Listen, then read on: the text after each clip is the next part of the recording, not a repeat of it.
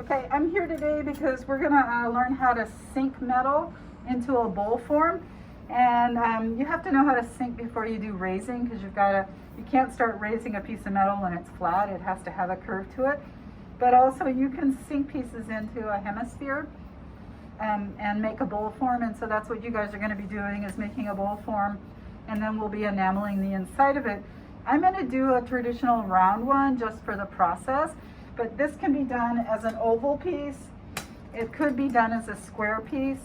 I think it's really good to do a circular piece just to get the technique down, but I'm probably going to make this a circular piece that's not quite a hemisphere, and then I'm going to change the shape of it once I've got it there. Like I might try to make it have 4 corners on it or something, and then you can also undulate the surface edge to make it more interesting.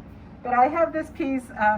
We don't really want to work much bigger than 6 by 6 because this has got to fit into our enameling kiln.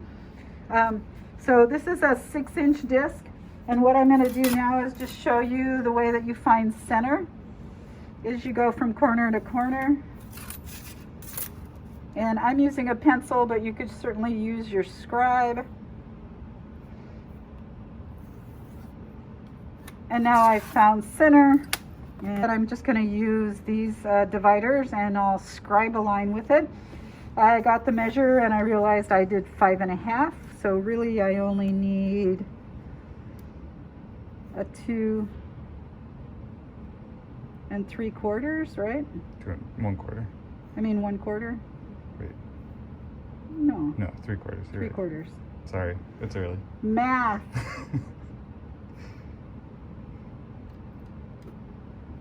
And then I'll tighten this down. If you are going to do a lot of hollowware, I really recommend that you get your own compass and scribe. And one of the things I can do now is, see, I'm a little short. So if math is a problem for you, you can center punch, or you can put it in the center and then pull it out to the edge and then tighten it down. So I've got that, and now I'm going to just scribe the line. The reason why it's nice, I'm trying to stay out of the way of the camera and I'm making a mess. Using a pencil, as you can see it a little bit better. But I've got my scribe now, mark on it. The lead works better. And now in my studio I have a circle cutter, and it's like a big can opener and cuts things out. We're going to use the Beverly shear. Remember that the Beverly shear is limited in gauge. So 16 gauge or lighter. Don't use wire on it because it'll nick the blades on here. If you want one of these, Harbor Freight actually sells these pretty cheaply, and the blades on them are really crappy and they're not good steel. What I've had other students do is buy the Harbor Freight one for like $90, and then order from a company like Texto or the Beverly Shear Company the blades that are hardened steel. And instead of spending like $400, you could pay a little bit less with that. So that's one way when you're getting your studio set up to save some money. When you cut this, it's just like a pair of scissors. If you cut in here, you're going to have a lot more strength in here. So what I'm going to do is I'm going to lay it down flat, and I'm going to pull this down, and I'm going to roll it around and practice a little. But every time I open it back up, can you see that I push the metal farther back in there? This doesn't have to be perfectly round, because we'll true that up once we sink it. But if I keep trying to cut, I'm not going to have as good a cut. So as I move it back into the throat of the piece, I'm going to get a better cut than if I go all the way out to the edge. And then you have your extra scrap. Make sure it goes into the scrap bin. One of the things I like about metal is that we recycle everything. Makes me feel a little bit better about how we're trashing the planet. But see, it's just kind of pull it down, you get to a certain point, and then my left hand is really doing all the work. My right hand is doing all the muscle. So I'm kind of glad that even though I probably was a lefty, my mom made me a righty so that I can do both. And it's coming around. And then this Beverly shear is pretty sharp. I've sharpened these blades a couple of times, but what we have to be careful about now is to not have any burrs on it, because this will cut the sandbag that we're going to start sinking this into. So what I should do now is take a file to it and file this 5.5 inch circle here now, and it is really more like 17 gauge, so it's pretty hefty. Could I anneal this with my Smith torch, the big Smith torch with the big tip on it? Probably could.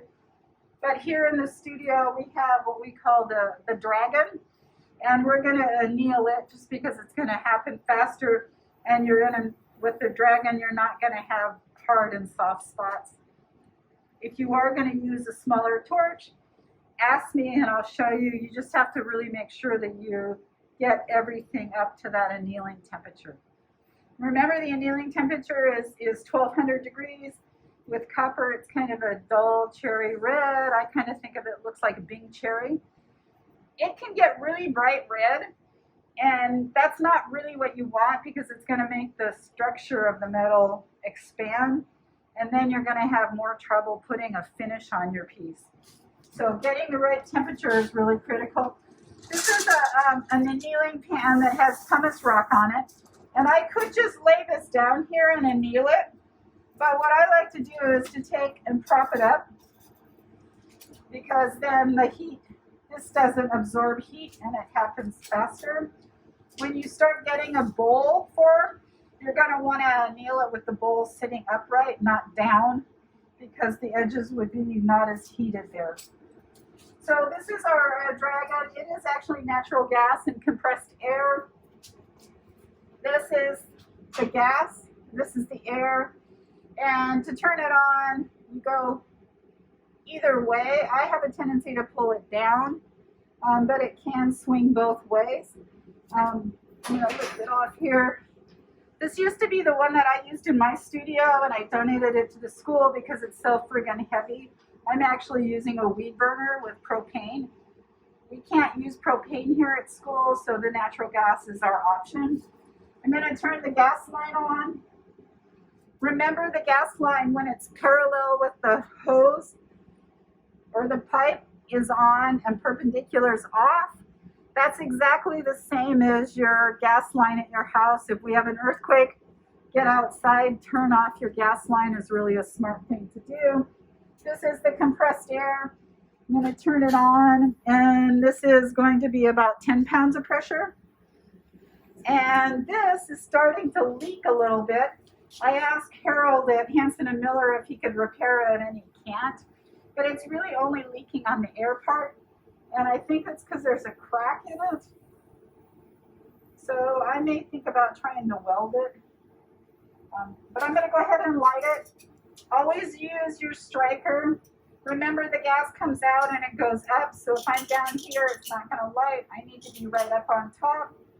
I'm going to turn it on. I'm going to start to hear it. Yeah. So there it is. I'm going to add some air. Before I start making noise, we're going to look for a neutral flame. And then at the end of the blue cone is where it's the hottest. People have a tendency to come in way too close.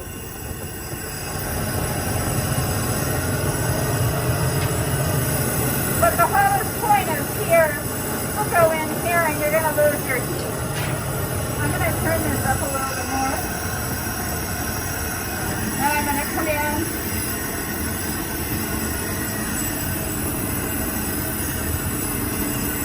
And what's nice about this torch is that it's going to heat up quicker than a acetylene torch. It's cheaper to use natural gas than acetylene. And most likely I'm not going to have hard and soft spots. So we have all those iridescent colors. That's 3, 4, 500 degrees. Starting to turn dark. I'm going to start at the bottom as heat rises. And I'm gonna get it to a dull cherry red. Start to come up that color. I'm gonna move up a little bit. Remember, it heats up faster, so see how quickly it's heating up here.